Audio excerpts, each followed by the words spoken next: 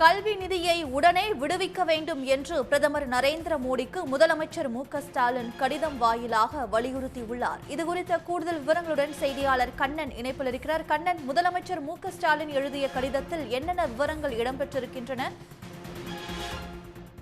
நிச்சயமாக அந்த சமர சிக்ஷா என்ற திட்டத்தின் கீழ் தமிழ்நாட்டு அரசுக்கு வழங்க வேண்டிய 2152 கோடி நிதியினை உடனடியாக விடுவிக்க நடவடிக்கை எடுக்க வேண்டும் என்று பிரதமர் நரேந்திர மோடிக்கு தமிழ்நாடு முதலமைச்சர் மு.க.ஸ்டாலின் ஒரு கடிதம் ஒன்றை எழுதியுள்ளார்.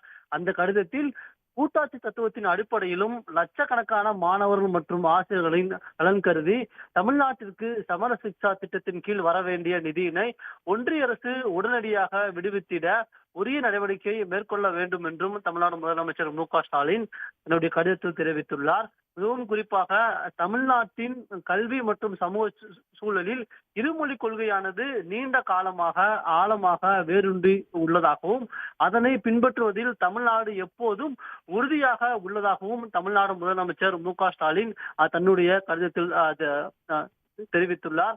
மேலும் முக்கியமாக கூற வேண்டும் என்றால் நவோதயா வித்யாலயா போன்ற ஒன்றிய அரசு பள்ளிகளில் மும்மொழி கொள்கையை பின்பற்றுவதால் தமிழ்நாட்டில் அவை நிறுவப்படவில்லை என்று குறிப்பிட்டுள்ள தமிழ்நாடு முதலமைச்சர் மு.க.ஸ்டாலின் இந்த இருமொழி கொள்கை மற்றும் சமூக நீதி அடிப்படையில் கட்டமைக்கப்பட்ட முற்போக்கு கொள்கையின் காரணமாக கடந்த அரை நூற்றாண்டில் தமிழ்நாடு அடைந்துள்ள மகத்தான முன்னேற்றங்கள் மற்றும் அதற்கு வித்திடும் முன்முயற்சிகளை காண முடிகிறது என்றும் தெரிவித்துள்ளார்.